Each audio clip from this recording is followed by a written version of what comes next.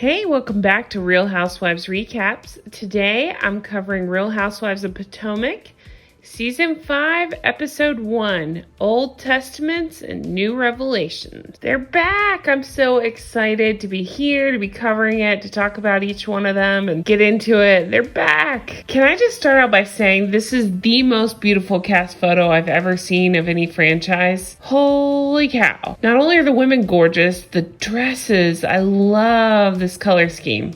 They all look so fantastic. It's breathtaking. I don't always love what they have the women in for the photo shoots, but damn, they look great. So let's get into the new taglines. The first one out of the gate here is Wendy. She's the new girl, of course, and hers is, the professor has arrived and class is officially in session. I'm going to hold out judgment on this one because I don't know her yet. We'll see.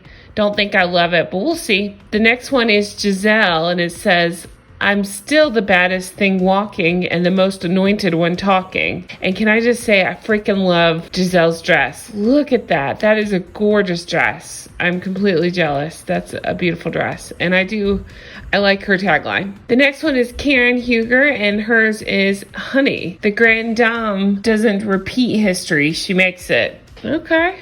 It's all right. The next one's Monique, and hers is, maybe if you tried a little harder, you wouldn't have to try me. And seeing what's coming up for her this season, I think that's pretty good. The next one's Robyn, and it says, I live in a house full of ballers, but I never get played. Oh, Robyn. Oh, I don't love that one. That's not great. The next one's Ashley. Now that I have my baby, that's the only crap I take. That one's okay. To me, it's a little clunky. I feel like they could have reworded it with the same idea. And then last is Candiace, and hers is, reading is fundamental. And honey, I own the library.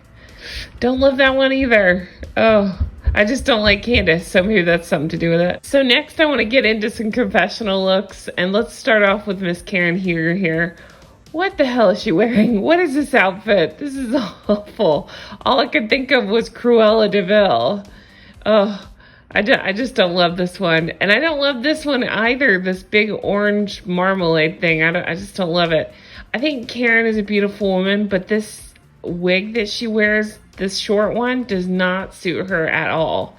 The long ones are nice, but this one is just not great. I just don't love it. So we go over to Monique. Monique, I think, is just so beautiful. She's never not beautiful, and it makes me sad, but but I think she looks fantastic in the gold here. We have Gizelle, and I love Gizelle. She's one of my favorites on the show, but girl, what is this? I don't love this look. I don't think that that's dressy enough quite for the confessional. It just looks like a sweater you'd have in your closet. The next one is Ashley. Again, Ashley is gorgeous, but I don't know what's happening here. The dress is not my style, but whatever. The hair, I just don't love that hair. It looks like how I do my hair when I'm trying to clean my house. It just doesn't look fancy. Here's Robyn, and I gotta say, Robyn looks fantastic. I actually like her look here. I love this shade of blue. I like the hair like this. I think she looks beautiful. Oh, and then Candiace. Oh, Candiace. Candiace is my least favorite. You'll be able to tell. But this look is awful. The dress is fine, but that hair, it just looks crazy on her. I don't understand this. It's like a little girl chic or something that she tries to go for. Like if a little kid got into fake hair and makeup and stuff, and this is what she'd come up with. It's so strange. Okay, so let's get into the episode. Right off the bat, we see a flash of what's to come this season, and holy cow. We see broken glass and a first aid kit, so we know we're going to be in for something super good. Then we flash to 7 weeks earlier, and I'm like, damn, please don't make us wait to see what the heck's going on there. We go over to Monique and Chris's house. They have a brand new, beautiful baby Chase. He's so cute. Look at that. He looks exactly like his dad. It's such a cute face. And also, I'm not even going to attempt to say that name, but they got a new bird. I'm not a bird fan myself, but I know some people are, and Monique seems super happy about it. She even puts him on a leash, which is crazy, and takes him over to Karen's house. So it's revealed that Karen has moved back. She actually lives right down the road from Monique and Chris. Monique goes over there with the bird, and Karen freaks out, which is probably my reaction too. She shuts the door, which was funny. So Monique puts the bird in a cage, and they sit down to talk. Karen to camera says, "You brought a bird and not the baby? What the hell?" So Karen confides in Monique that Ray is just not happy right now about how much Karen's having to work and how much she has to do for her business. Monique to camera says usually Karen doesn't share about this stuff, so for her to open up, it's serious. And Karen talks about how their 20 years age gap wasn't a big deal at the time, but it's becoming a big deal now that she's in her 50s and he's in his 70s, and he wants to settle down and she wants to keep going. Then we go over to Gizelle's new house. So we remember she had bought this fixer-upper with great property. So she's been doing a lot of work to renovate that. And we can see it here. Now she's got these plans. They're working on her master bedroom. It looks like it's going to be huge, with a huge dressing and closet area. So I'm jealous of that. So it's revealed that she is dating her ex. They were married and have been divorced for about 12 years. Gizelle's explained that her kids were young when they got divorced, so the kids aren't really handling this very well. They're saying that he calls them and then immediately turns around and calls Gizelle just to get credit for calling them. Of course, we know that Jamal is a cheater. He messed around while they were married. And a producer asked her, "What makes you think this time is different?" She says she has faith enough to go down this road. Kids say it was better before they were together, and my heart breaks for them. I love those kids. They seem so sweet. So then we go over to Candiace and Chris, and they are touring this fancy bar restaurant where they're going to have their 1-year anniversary party. Because again, Candiace has to plan these huge events that make no sense. Like her $200,000 wedding she didn't pay for. Now she's planning this huge, lavish anniversary party because her whole storyline has to do with only with her and getting married. And it's really stupid. So they're at this place, and she says their budget is about $5,000. And the lady is like, yeah, it's going to cost like $22,000 just to rent this place on a Friday night.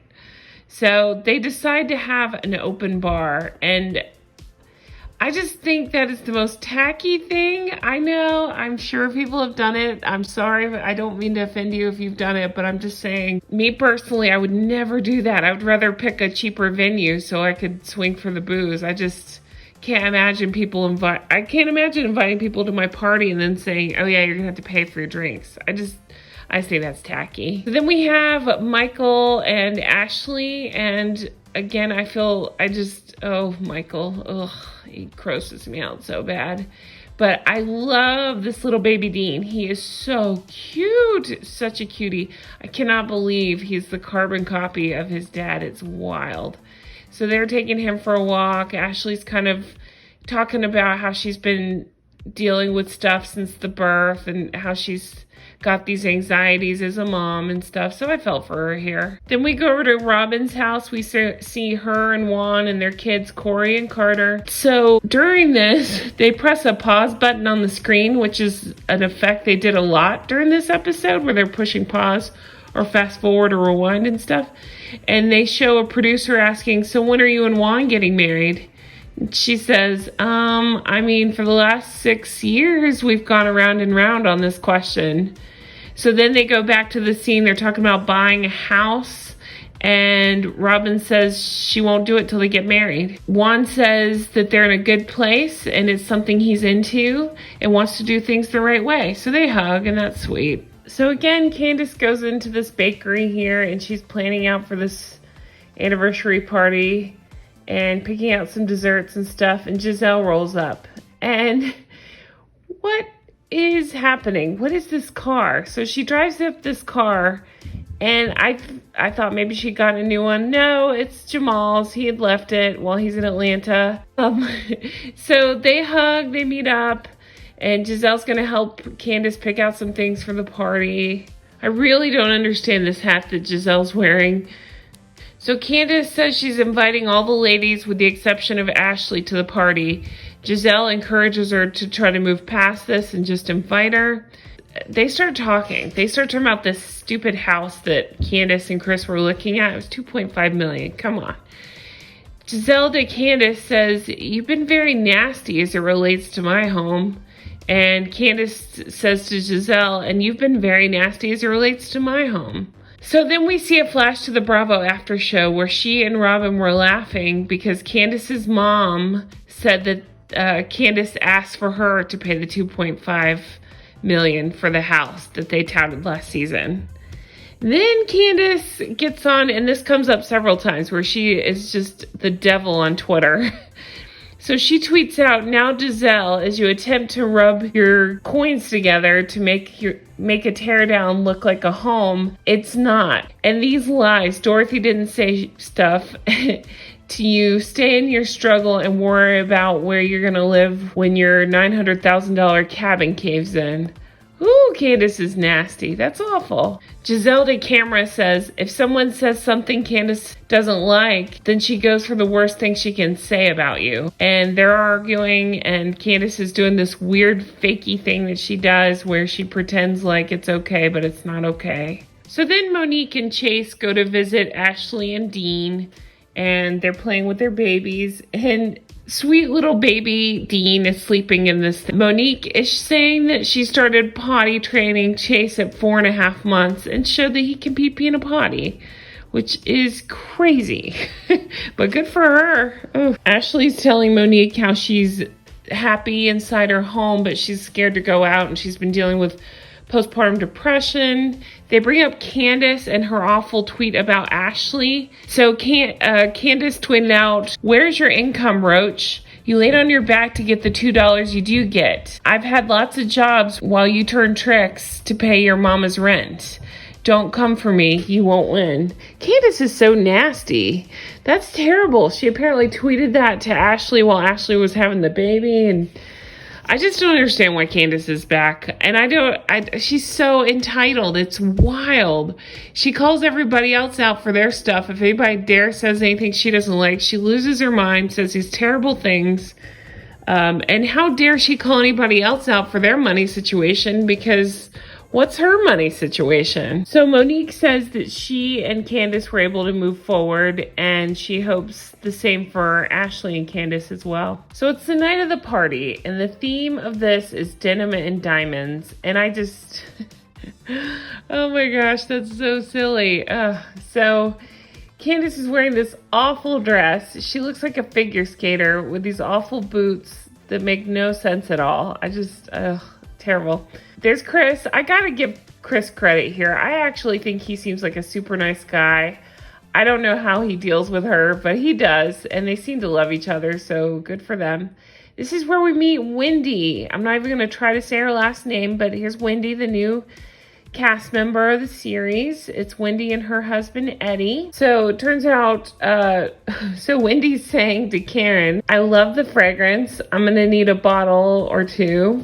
And Karen, to camera, says, "Wendy and I have been on to events together. We've sat on boards together, and I'm not impressed," and makes a face. So that'll be very interesting to play out. I like anybody who will challenge Karen. I think that'll be kind of funny to watch. Then we see Monique and Wendy meeting for the first time. So they are bonding over having kids the same age. And she's originally from Nigeria. And Monique says that she also is part Nigerian. And it seems like they're going to get along well. Then Gizelle arrives, and immediately Candiace pulls her outside to talk, and I don't really understand why, but they bring Karen with them. Candiace says she wants to make sure that they're in an okay place. Gizelle says to Candiace, "You don't own anything you do." Gizelle says Candiace owes her and Ashley both apologies. Gizelle to camera says, this was one of my favorite lines of the episode, says, "When Candiace gets on Twitter, her hands get possessed by the devil." And they flash all these awful tweets that Candiace has done. Reminds me of Kelly Dodd. So the rest of the ladies come out to join them on the balcony. It comes up about Jamal. It turns out Wendy has worked with Jamal before. Gizelle says divorcing Jamal was the best thing for her. So then Robyn arrives. She looks beautiful, but I do not understand this hair clip thing. It reminds me of Dorit and her million hair clips. I just don't think it, I think it's too much.